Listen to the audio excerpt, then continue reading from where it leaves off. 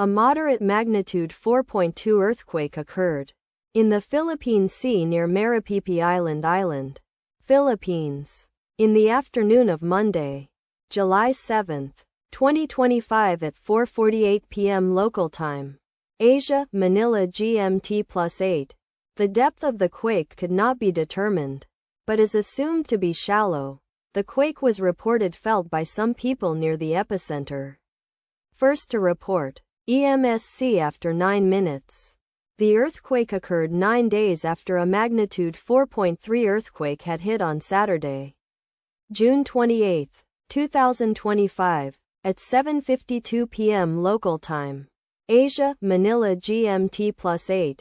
In 99 kilometers, 61 miles, distance to the northeast. Data source from Volcano Discovery. Did you feel it?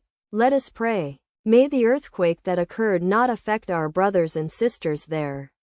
May the earthquake not happen again. And may God protect everyone. Amen.